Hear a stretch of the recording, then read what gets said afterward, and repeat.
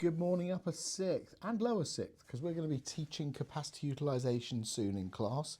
I might even use this case study to do it since it's nice and up to date. So I've been thinking about these small venues and that they're just about managing, if that. Lots of them are being run on goodwill and they're probably their retirement savings because they just love the idea of being surrounded by their style of music. So I had a quick look at a cafe in London that does live music in the evenings, obviously open in the daytime for coffee, in the evenings open for live music. Quite niche, folk music, jazz music, loads of stuff in there, and I'll go through it briefly in a second. And it's in London. Now, in lots of ways, there's lots of people in London. On their website, they even tell you which buses you can get to the venue.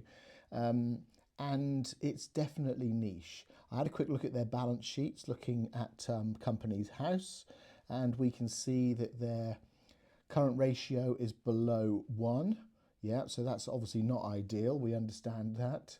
And then if you look at their current assets, they've not got that many at all.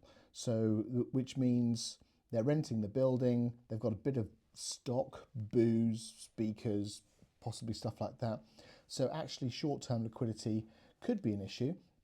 But then again, as long as they fill up the gigs that they've put on, as long as the coffee shop does well, they should be able to hopefully pay their rent and pay their other expenditure. It was really interesting to also look that they were calling out for volunteers to help them with concerts.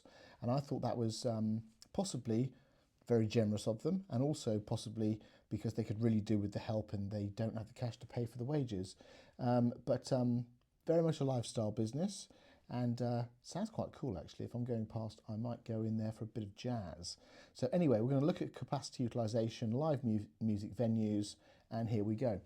So I've gone on to their accounts. I've gone on to their website. I've worked out their average ticket price. They've got a business model of membership and subscription. And looking at their accounts, we can see down here it says accrued income. And the only accrued income that I could think of really is people paying in advance. Well, that might be membership fees, and there's a small amount of membership fees there, but it could be quite important for having that cash flow in the business. We can see that their revenue has declined. So revenue's declined slightly, and if I was putting that in an essay, which I will, then I'd be working out what the decline is. And we've got 40% capacity, and we've got the total capacity at the top. Okay, there's lots of information here, and we can have a good play with this really. It's a nice case study. Now before this, in the real paper, you would have already done the 8 and the 10 marker, and I would hope that if I was to do something with this case study for the 10, for example, or maybe even the 8, assess the importance of current ratio calculations to a small business, small live music venue, and we could have come up with that information that I gave you. If you've done a calculation before the 12 marker, remember you might be able to use it in your answer, and then that goes towards your top level application. Let's have a look at this question that you can have a look through after you've read the case study. Now, I've purposefully put a small paragraph above the question here. Now, the reason for that is we see this sometimes in the exam papers, and there is a small proportion of students who don't bother reading it because they want to save a couple of seconds and go straight to the question, because that will make all the difference with their exam results. Well, it might be better if you read all the text. Also, when you're looking at data extracts, look out for asterisks. Normally, you then go to the bottom of the data extract and it will tell you what the asterisk means. Something like, this is a prediction, this is a forecast, or little gem that you might have there. If it's in the case study, it's there for a reason. They take a year vetting and improving these things and stripping all the rubbish out. So be confident that they should be brilliant. Excuse me. Cough has only been here for a month. So the venue is considering introducing a broader range of music genres, such as contemporary classical, world music and alternative folk music, to appeal to a wider audience and improve its capacity utilisation. You can see what's coming, okay? Using sorry about that, using the data extract A, yep, assess the likely impact of introducing a wider range of music genres as a method of improving capacity utilization at Café Auto. Okay, hopefully that's how you pronounce it. Okay, so first of all, we've got the big hint here. I'll use the highlighter properly this time. Using the data in extract A. And if there's numbers in that data extract, and you've got quite a few numbers in this data extract, you better do a calculation or you're going to be capped at level 2, and that's painful. That's 4 marks out of 12. So we have got capacity utilisation, and we know capacity utilisation can be calculated with the actual capacity versus the potential, the total, the maximum capacity. So we've got a maximum capacity of 150, and we know that they are around 40%. Yep. Well, that's a quick, easy piece of maths, isn't it? What's 40% of 150? Well, that's the minimum calculation I would expect in there. We've also got average ticket prices.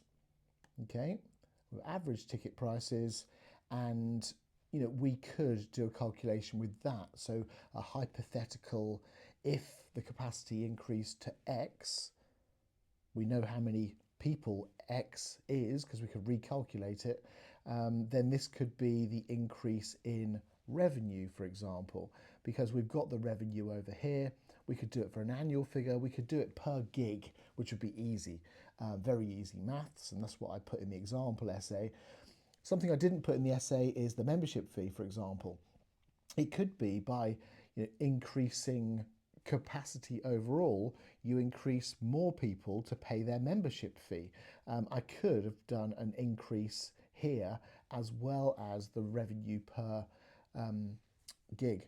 Now, I don't think that was necessary, to be honest with you. I don't want to get lost in numbers, but actually there's so many numbers in this case study, there is no excuse for you not to do 1, possibly 2 calculations. Okay, so first of all, you're going to start off your answer with a definition, which might be the formula, by the way. It might be a mixture of both, depending how confident you are. Then at that point, I would pause, I would go back to the case study, and I would get some numbers. I would calculate at the top of my answer the capacity utilisation and possibly a hypothetical figure if things improved. Now, the reason I do this at the top of the page and not on the case study is in a different booklet, which stays with your school, goes into a shredder, and doesn't go anywhere near the examiner. So if you put all your lovely calculations on your data extract, the examiner will never see it. Then imagine you balls up your calculation and write the wrong figure down. They can't see any of your workings. And we can't give you that lovely benefit carried forward. Yes, you've made an error, but we can understand why you've done it. Well, we can't understand why you've done it if you don't show your workings. So show your workings at the top of your essay page, nice and neat, nice and concise, and then write an essay. Okay, it's easy. Don't write your workings on the data extract. So here we are. Sorry about all the coughing. We put a definition down there, and this is in context. So capacity utilisation, this isn't the essay, by the way. So we've got something I'm looking for in the case study. I'm thinking about venue, production facilities, staff, all of those sorts of things. If I go to 100% from 40%, remember they're looking for volunteers on their website. They'll either need more volunteers or they might need to hire staff. Their current staffing profile is probably based around 40% because that's what it is. Why would you have extra staff unless you anticipated to get busier? Maybe the pull of John and Seymour is going to be so much that they get in extra staff for some of those headline acts. So we need 0-hour contract staff, we need flexible workers. Lots we could do with these case studies if we were exploring this, if we knew more about the business. I've just taken stuff off their website, including some of the gigs and some of the stuff that's coming forward as a bit of an advert in some ways. And a special thank you to the restaurant. I didn't ask them for sharing their details, but we've given them a bit of promo for the 5 people that will watch the video.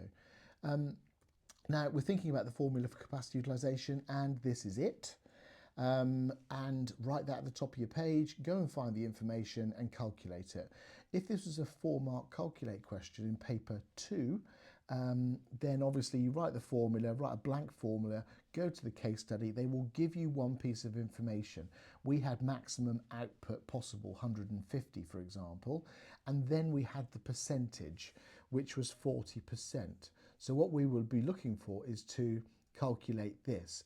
Well, when I'm calculating capacity utilisation, it's a division, but if I'm looking for the actual output, I would times that number by that number, not by 100 by the way, by 40% or 0.4, and then I'm going to get the actual output.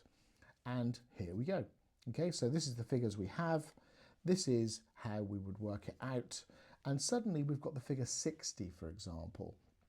Yeah, so we could work out revenue per concert, average. Okay, we're going to have peaks and troughs. As you'll see from one of the clips I've taken from their website, they've sold out on some of the tickets. So we're estimating 40% for the case of the case study. I'm sure they're busier than that. Now, this means on average 60 people attend, and then we need to think about this. So if they were consistently full or close to full, that means the money will be spread, the revenue will be spread over more people. This helps you improve your profitability. Okay, therefore the counter to that is if I'm underutilized and I've got all these fixed costs that I can't get rid of, then actually there's less revenue from this as well. Now, they will also probably be selling beer, wine and other things. I don't imagine jazz concerts being rowdy, alcohol-fueled events. Too classy for that, which means lower alcohol sales. Hopefully they're charging a lot per unit. So here's some stuff here, as we can see, and we've got some new events up there. February 19th, we can see Oval is sold out. Yeah, sold out. And, you know, we can see there's different amounts of money for these, and it looks like we've got price differences here depending on the artist, which makes sense to me. So we've got October 2025 being advertised in advance, and we can see that the tickets are far more expensive than, for example, this one over here, which is £8 to members. Okay, or £13 in advance because they want that cash in the bank so they can afford to pay their bills, or they, according to their website, they will always hold some tickets back for you on the door. So it'll be £15 if you just rock up. So there's 3 different price points here. One for those loyal members that are paying you an annual fee for the privilege of being patrons, and you're going to reward them with lower prices. One for those that pay in advance, especially these over here. You know, look, we can save £2.50 per ticket. You know, sorry, £2 ticket here, £2.50 difference if it's members, by the way. I'm not sure if that's advanced bookings, probably not. But we've got different price points here. One help that, you know, there's 2 of them that help with future cash flows, and there's a percentage that they will need to hold tickets back on the day. Okay, so, and I'm sure sold out over here on the 20th of February, for example. Maybe I'm going to call up the venue and say, have you got any tickets? Is it worth me coming along? My gut feeling is they're going to say, please come along. Sold out is a good bit of marketing for an event because it's so popular. Maybe it's genuinely sold out, by the way. So, and over here we've got DJ Scotch Egg, which is the best DJ name I've ever heard. Thank you very much. So if we're looking at the underutilization, there are some benefits. Yeah, not much, but you need to remember that actually maybe there's less wear and tear on the staff, which is interesting. Maybe they're less tired. I'm thinking this is an owner-operator type of business. Maybe they're just not as knackered. Maybe they can work 5 nights a week instead of 7. I'm sure they'd love to work 7 because the revenues would come in, or they could afford to pay someone to work 2, so they get a couple of nights off a week. Maybe they're the characters behind this venue, by the way, and they know everyone's first name and they've built relationships with them in the local community. I'd hope so. So less crowding. Well, this is part of a good experience. This is fantastic. Overcrowding, possible negative experience, but less crowding. I don't want to be in a room with a band on my own. I don't mean that, but actually time to be able to go to the bar and get served within 5 minutes, be able to go to the loo without queuing up for 20 minutes. So we're thinking about those sorts of things that might actually improve my experience, which means I might come back. Yes, we've got those higher fixed costs per unit, we've done that, lower revenues, and that impacts on margins. And also we might not be using the space properly. On the website they also talk about private parties, wedding venues. They're obviously trying to diversify their revenue streams, and they sell CDs and vinyl, and there were some books on the website and stuff like that as well, which I'm sure if I go in there for a coffee, I'll be able to buy that stuff, as well as when I'm in there in the evening. Okay, and I'm sure that when DJ Scotch Egg is there, he'll be selling me, I don't know, links to his mixes or something. They've got an online digital library that full members, there's 2 different memberships. Full members can download the digital version as well. So if we think about overutilization, normally we think of negatives, but again there are positives. In the short term, interesting word, if I put 110% into my venue, as long as I'm not breaching health and safety rules and people don't get hurt, crushed or stuff like that, or it winds up all my patrons so much they never come back, it could be that I get more people into the venue.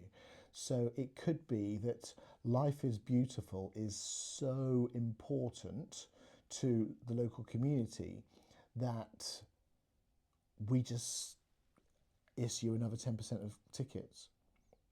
Maybe I'm not paying the artist anymore. I don't know who they are, by the way. I do apologise if it's a group of people. I presume it is by the title. But I could just stick another 10% in there. And if I'm charging £17.50 per ticket and the venue holds 150, I'm going to get another 15 times, if it's on the door, £22, for example, if we're using the prices over here. We can talk about how much that increases the revenue from over capacity utilisation. Okay, if it is the environment where it's a big concert, then maybe there's that absolute buzz that's there as well. The cons are, maybe I don't like overcrowding. I like going to this venue because it's niche, and think about that niche versus mass appeal.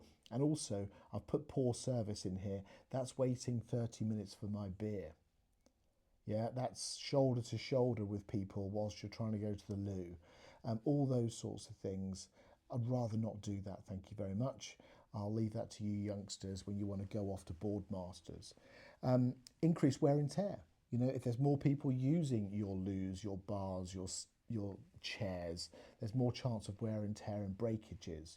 Glasses are not free. More people struggling to get their glasses to the bar, maybe we have more breakages, for example. Okay, if things are sold out, then that extra revenue that I get from their different pricing strategies. So, for example, the £15 on the door instead of £8 to members, that's a big difference as a percentage. That's a massive discount. If this event was totally sold out and I had 30 people turn up at the door willing to pay full ticket price, we have an opportunity cost sort of question that we could explore.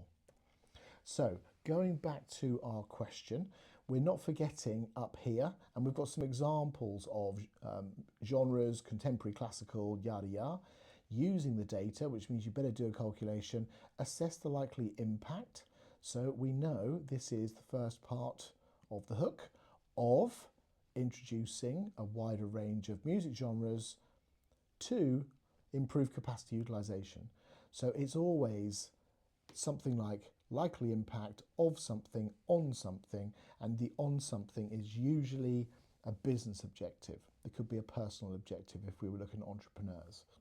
So we know we're going to be doing that. Capacity utilisation to me is a little bit of a gobful, so I will abbreviate that to CU, but I will write it in full first because it's not one of those acronyms like GDP, FDI and those sorts of things that examiners will instantly recognise. Okay, so capacity utilisation, CU, measures the extent of which a business uses its productive capacity. Very textbook definition, by the way. CU equals, there's the formula. Okay, now One potential benefit, yeah, it doesn't ask me about benefits or disadvantages in the question, but I like this because it makes me structure positives and negatives. This is a 12 marker, so we're going to need a paragraph with a however, answer the question and justify it in context, possibly thinking about forward-thinking MOPS-related type topics. So one potential benefit of introducing a wider range of music genres to Cafe Auto is increased attendance. So we've got our first connective leading to higher capacity utilisation. We could increase attendance leading to, I'm going to go for that. I think it's not brilliant, but it's all right. Currently the venue operates at 40%, meaning that out of its 150 capacity, only 60 seats are occupied on an average. There's a connective in there, by the way, because we've got an interpretation, lovely word, meaning, and because I didn't write the calculations at the top of the page for you, I thought I'd just dump them in the middle of the paragraph for you. How easy is that? If expanding the genres, remember what the question is, attracts a broader audience and increases capacity utilisation to 60%, the number of attendees per event would rise to 90. Whoa, how cool would that be? Yeah, so we've got another couple of chains of argument. If expanding, that's sort of the question, and increasing capacity, the number of attendees per would rise to 90. And we've got more maths in there as well. So we're definitely using the data in extract A. Okay, there's another chain of argument in there somewhere, I'm sure. Then we've got a chunky however here. However, introducing new music genres might not necessarily lead to improved capacity utilisation. Cafe Auto is known for its niche reputation, hosting avant-garde and experimental music. So it's known for, we'll give that a little bit of a connection, I suppose. This is important because that's more recognisable, isn't it? Existing customers might be drawn to the venue, distinct identity, and changing the music, connecting, could alienate core audiences, leading to potential resistance from locals who may no longer see the cafe as a specialist venue they value.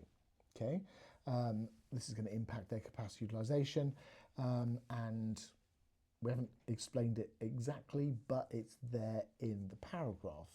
Now, for some of you that struggle with time, and the reason I've written a chunky paragraph here is I think some of you should just adopt a 10-mark structure for your 12 markers sometimes.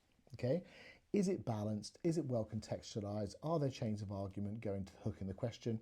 And then after this, for some of you that struggle with timing, not now, practice doing 12 markers properly, but closer to May, you might adopt this technique for your 10s and your 12s, so you've got enough time for your 20s.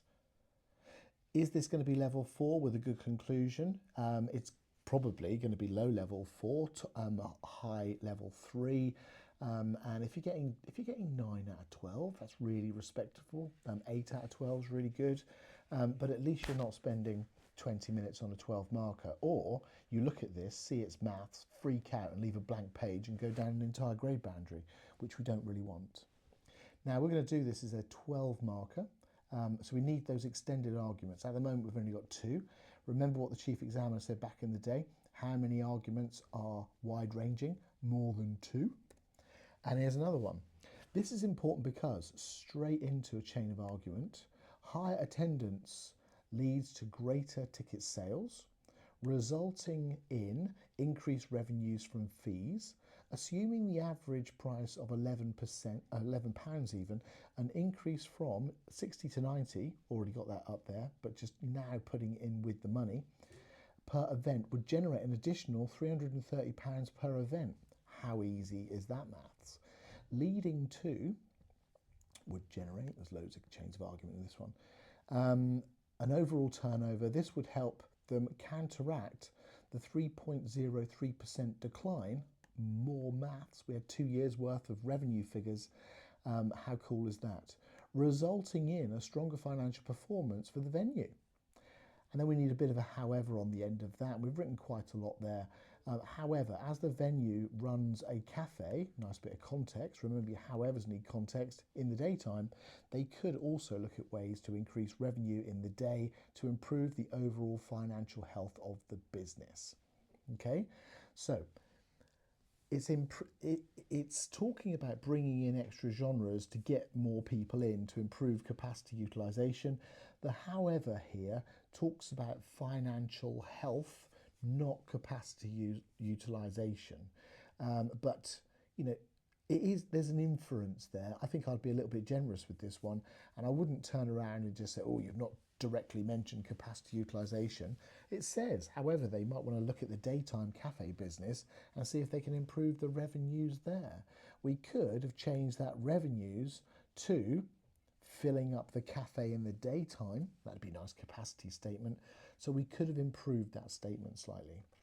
Now, this is where we normally take a pause and we go back to the question quickly, because we don't want to be one of those students that accidentally don't answer the question. So here we go. Overall, Cafe Otto should broaden its range of music genres to help hang bloody on. Should broaden its range to help them improve capacity utilisation, resulting in more music fans attending gigs. Okay. Assess the likely impact of introducing. Now, this is the common mistake that some students make, isn't it? Because what they do is they accidentally forget what the blooming question is and they answer a totally different one. This one is, they should broaden its range of music. The question is, assess the likely impact of broadening its music. Okay? Now, there are subtle differences here, but this one does not answer the question. Now, we should really think, what would Taylor Swift say about this? Luckily, there's loads of memes on the internet, so we've got one. She's not happy. She's not happy. You should not do this. You should reread the question before you write your conclusion. And we'll move on quickly, because I'm not a big fan of memes. And let's try again. Overall, the introduction of a wider range of music genres is likely to improve capacity utilisation. There we go. We've now answered the question. By attracting new audiences while improving financial stability linked to additional income. Okay, well, that last little bit doesn't add anything or get any extra marks, and it's not really a justification, but at least we've answered the question this time, which is always quite handy. Now, what we need is we need to justify our answer. Now, remember, assess the likely impact of doing something. Well, what's the opposite of doing something? Not doing it. If Cafe Otto does not broaden its musical appeal, it risks continued declined revenues and unsustainable financial pressures. This is important because without diversifying its audience, the venue may struggle to improve its decline in revenue and cover operational costs. Okay, so it's directly linked to the business. We've sort of linked it again to lazy TikTok sales and profits and costs, but it's sort of supporting it. We've answered the question up here. This is supporting it, and it's considered the alternative, which is not doing it. Okay, EBI, even better if, would be if this was saying without doing it, maybe things get worse and the capacity might drop below 40% in the future. That would be better. So, is it a perfect answer? I very much doubt it. But is it accurate knowledge throughout of capacity utilisation? I think so. Is it, nice word throughout again, we love highlighting the word throughout, by relevant effective use of the business in context? And remember, context is so important that they say well contextualised. So well contextualised throughout. Is it contextualised in every single paragraph? Even that conclusion talks about new audiences. Yeah, so even the one sentence conclusion is contextualised. Quantitative and qualitative. Remember, this question says using the data extract. Well, if it's got quant stuff in there, you better use it if it says that, or you're going to go down to level 2. Okay, So we don't want 4 out of 12 for these, because that could be the difference between you going to your university and going somewhere else. So if you think about it, we're going to use a couple of calculations. This was easy. There were so many calculations we could do. There's no excuse. It's a capacity utilisation question. The minimum you can get away with here is to at least do a capacity utilisation calculation. And we did that up here, working out how many people attend the average gig. Okay, we're then thinking about showing an awareness of competing arguments. Well, we've got the pros and the cons are the counter argument to the pros. So there's built in there some sort of comparative analysis, and then in the conclusion, with my justification for the conclusion, it sort of thinks about the alternative of not doing it. So we're probably okay. Now, looking through this, I'm thinking that this justification needs to be better linked to capacity utilisation instead of tick-tocking towards sales, revenues, costs and profits. So realistically, I don't know, I'll stick it in level 4 somewhere. You can decide where in level 4 it goes. Hopefully that was useful. Have a nice day.